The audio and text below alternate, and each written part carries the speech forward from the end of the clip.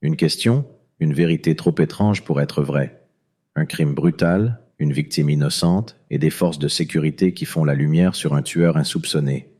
Qui est ce meurtrier et pourquoi ce secret a-t-il été gardé pendant si longtemps? Vous ne croirez jamais la vérité cachée derrière cette affaire. Préparez-vous à découvrir les secrets les plus sombres, là où même les plus purs d'entre nous cachent des démons. La scène du crime était tout simplement glaciale. Le corps sans vie d'une victime, abandonné dans un coin reculé, semblait témoigner d'une brutalité froide, d'une violence calculée. Pas de cris, pas de lutte apparente. L'âme de la victime semblait avoir été arrachée en silence. Les premiers rapports des autorités se concentraient sur un criminel de passage, un inconnu, quelqu'un qui n'avait aucune attache, rien qui puisse le relier à la scène. Un meurtre sans âme, où l'identité du coupable semblait se dissoudre dans l'obscurité de l'inconnu. Mais au fur et à mesure que les enquêteurs s'intensifiaient dans leur travail, une réalité étrange émergeait des ténèbres. Aucun témoin n'avait vu ni entendu quoi que ce soit. Les preuves étaient limitées, et pourtant, quelque chose n'allait pas. Une sensation persistait, une sorte d'imprégnation dans l'air autour de cette scène macabre. Et comme si un fil invisible tirait les enquêteurs vers une vérité inconnue, un indice inattendu est apparu. Une simple empreinte laissée dans la poussière, si minuscule qu'elle semblait insignifiante. Pourtant, cette trace allait se révéler être la clé qui allait faire basculer toute l'enquête. Ce détail, oublié par les yeux inexpérimentés, allait bientôt faire naître un doute incontrôlable et ouvrir la porte vers l'inconcevable. Ajoute un élément intrigant ou dérangeant. Alors que l'enquête prenait un tournant inattendu, un petit détail presque insignifiant allait perturber la progression des enquêteurs. Un nom, un simple nom qui résonnait dans les oreilles des policiers comme une cloche qui ne cesse de sonner dans l'obscurité. Un témoin, apparemment anodin, avait vu quelque chose la veille du meurtre, mais ses paroles étaient presque inintelligibles. Et pourtant, au cœur de ces témoignages, une phrase particulière venait de piquer l'intérêt des enquêteurs. Vous savez, elle était proche de lui. Ils avaient une relation, un lien qu'on ne voyait pas. Les pièces du puzzle ont commencé à s'emboîter de manière dérangeante. La victime, une femme aimée de tous, n'était pas seulement une victime innocente de la violence aveugle du monde. Elle était liée à quelqu'un de la communauté, quelqu'un qui n'avait jamais attiré l'attention, mais qui maintenant, sous l'ombre de ce meurtre, devenait une figure inquiétante. Ce lien, ce secret, qui semblait avoir été caché sous le masque de la normalité, allait bientôt sortir au grand jour. Les premières suspicions se sont lentement tournées vers cette personne, un homme bien connu, que tout le monde semblait connaître et qui semblait tout sauf capable de commettre un acte aussi terrible. Mais comment un visage aussi familier pouvait-il cacher un tueur, un visage aimé et respecté, si éloigné de l'image d'un criminel? Apporte un rebondissement ou une vérité inattendue. Le moment fatidique est arrivé. L'interrogatoire, qui semblait ne mener nulle part, a soudainement pris un tournant fulgurant. Ce qui était censé être une simple formalité est devenu un dénouement explosif.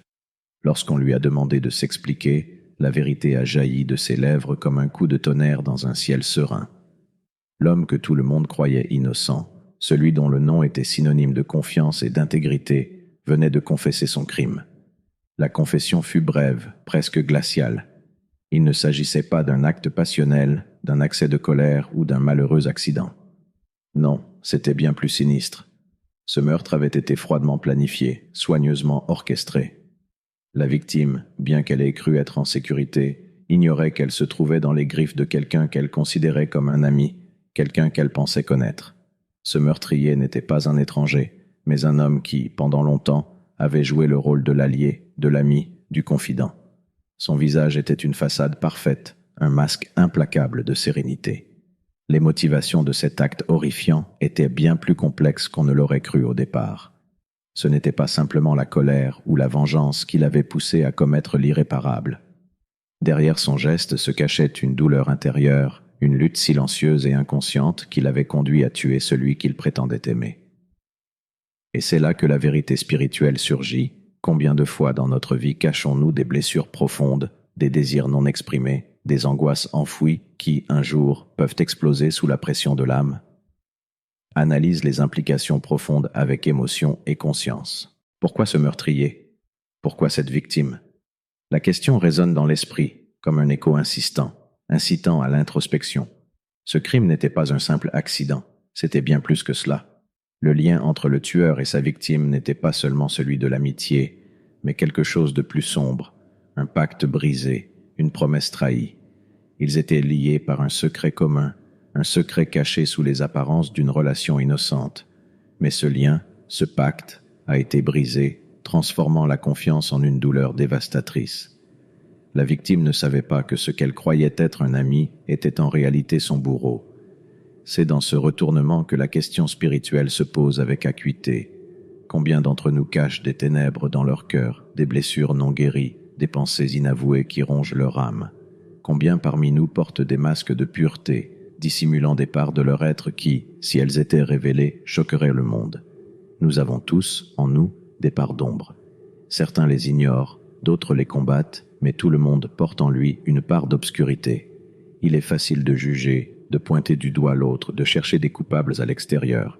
Mais qui, parmi nous, peut affirmer n'avoir jamais caché une part de soi-même, une pensée ou une émotion inavouée?